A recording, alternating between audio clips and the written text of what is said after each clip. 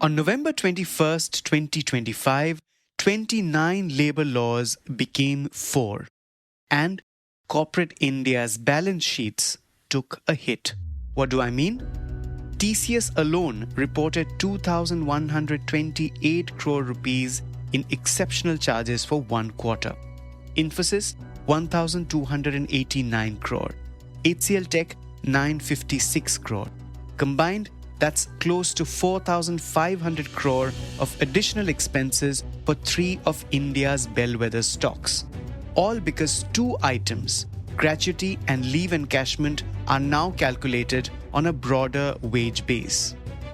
The new codes say basic pay must be at least 50% of total compensation. 24 states have draft rules, but implementation remains patchy. Companies are scrambling to comply. In this episode, we, like everyone else in India Inc., are asking the same questions. What's driving this massive cost bump for companies? Is this disruption short-term, or will companies face ongoing cost pressures year after year? And finally, are the labor laws actually a tax on jobs, or do they bring real transformational benefits? Listen on, it's Tuesday, the 3rd of February. I'm Anirban Chowdhury. This is the Morning Brief.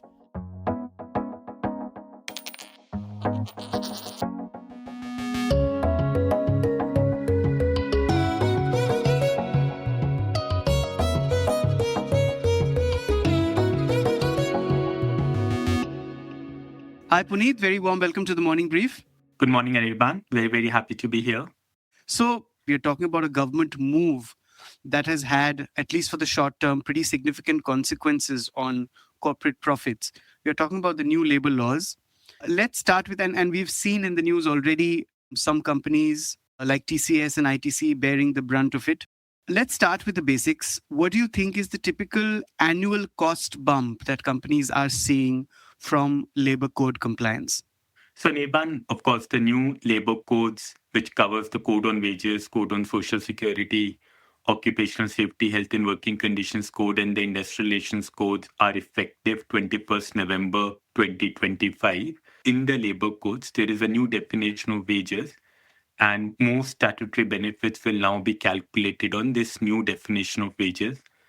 So there are only specific salary components that are excluded from the definition of wages, and exclusions are capped at 50%, which means that if the exclusions in a salary structure are, say, only 20%, the remaining 80% become wages, and all statutory benefits gets calculated on that 80% of gross salary. So if I were to give you an example, let's say basic salary for an employee is 40, house rent allowance 20, and special allowance 40, totaling to 100.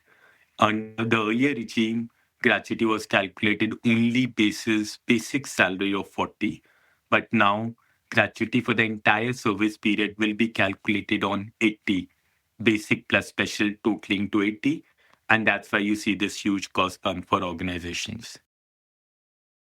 But Puneet, if I were to ask you another basic question, why this recalculation? So, Anirban, interestingly, under the earlier law, there was different definition of wages for calculation of different benefits, like how PF contributions would get calculated versus ESI contributions would get calculated versus gratuity versus statutory bonus. There were different definitions for different laws that were making it very, very complex for organizations to ensure compliance. With the labor codes now, they come up with one common definition of wages, which will become applicable for all statutory benefits calculation. So like I said, gratuity, for example, which earlier was calculated only on basic salary, now will be calculated on wages for the entire service period. And therefore, we have this huge retrospective impact for organizations because let's say an employee who worked with TCS or any organization for last 20 years, even though in the past company would have accrued gratuity in their books basis basic salary, if that person was to now leave or retire post 21st November, then gratuity for the entire 20 years of service will be calculated basis this new definition of wages, which is much wider than just basic salary. And that's why we see increased cost because companies will then have to provide for that increased cost in their financials. The same is the impact on leave encashment. Most companies would do leave encashment only on termination of employment basis, basic salary.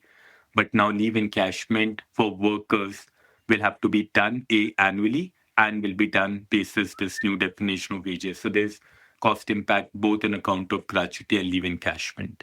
So, Puneet, is it impacting all kinds of employees? Yeah. So, Nirban, gratuity would have an impact for all employees, whether senior most employees or junior most employee. Gratuity will have an impact for all, while leave encashment impact is only for workers as defined under the labor codes. And there is a complicated definition of who would qualify as workers under labor codes. Simply put, anyone who's not in a managerial or supervisory role could qualify as worker under labor codes, and this could apply to an IT, ITS, or manufacturing organization. But leave encashment impact is only for workers. So gratuity for all employees, leave encashment only for worker.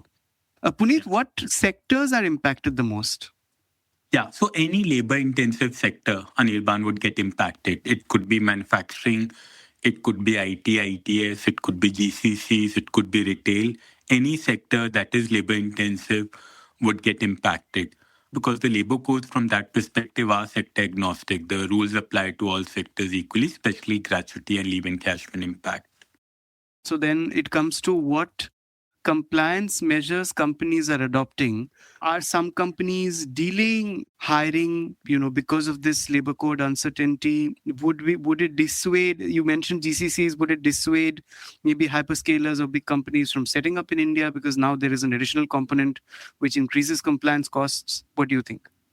Yeah, so I don't think companies would delay hiring pattern for this, but what they are doing is realigning and relooking at their entire compensation framework, the whole mix of allowances, benefits, reimbursement, because really the whole impact is on account of definition of wages. So they're more relooking at their whole compensation framework.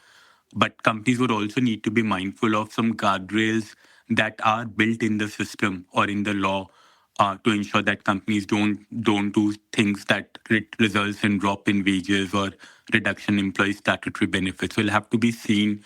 There has to be a more balanced approach between cost and the employee protection that is inbuilt in the labor codes. On the question on whether companies would delay hiring, I think not, because also the fact that while labor codes increases cost in some form and manner, there is employee linked incentive scheme that the government launched in August 2025 that is under play right now. So companies, GCCs, IT, ITS, or even any other sector, manufacturing, if they do incremental hiring starting August 25 to July 27, they will be eligible for incentives under the employee linked incentive scheme that is running parallelly. So companies should look at more balanced approach. Understood. The other thing is, just getting back to my earlier question about the why. A lot of people seem to say that the labor codes, instead of improving productivity, are only acting as a tax on jobs.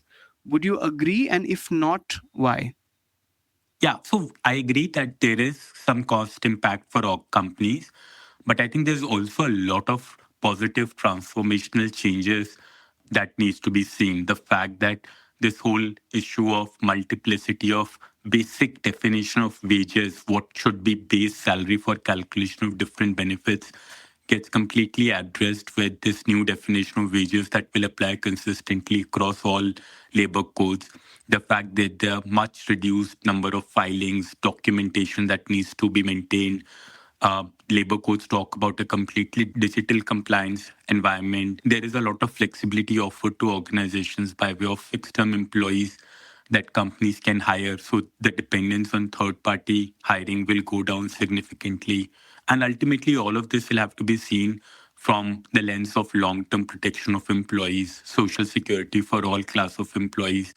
The government is heavily focusing on formalization of workforce by ensuring that every employee in India get appointment letter from the employer. So yes, there are short-term cost impacts, but overall, it is for the larger good of the economy, larger good of the workforce of the country, and also a lot of positive transformational changes that companies will see in labor law compliance framework. Is this short term or is this a longer concern? Yeah, so the major retrospective impact on account of gratuity and leave encashment is a short term and more like a one-time cost. But yes, because of the new definition of wages, companies will see a slightly incremental cost on annual basis as they need to make provisions for gratuity and leave encashment on this higher base, which is definition of wages. But the large part of this increased cost that we've seen in media is more a one-time impact that companies will have to bear. All right, Puneet, thank you so much for joining us. Most welcome. Thank you so much. Now, here's the good news. A November 2025 EcoRap report from SPI Research projected that due to the new labor codes, unemployment could drop by 1.3%, creating 77 lakh new jobs. Workforce formalization might rise from 60% to 75%. Companies have said the recurring impact will be 10 to 15 basis points. Manageable. In other words, this is short-term disruption for long-term transformation. That's it for today. You were listening to this episode on The Morning Brief. It was produced by Vinay Joshi and me, sound designed by Radhas Naik. A new episode of The Morning Brief drops every Tuesday, Thursday and Friday on a listening platform of your choice. Thank you. Stay tuned.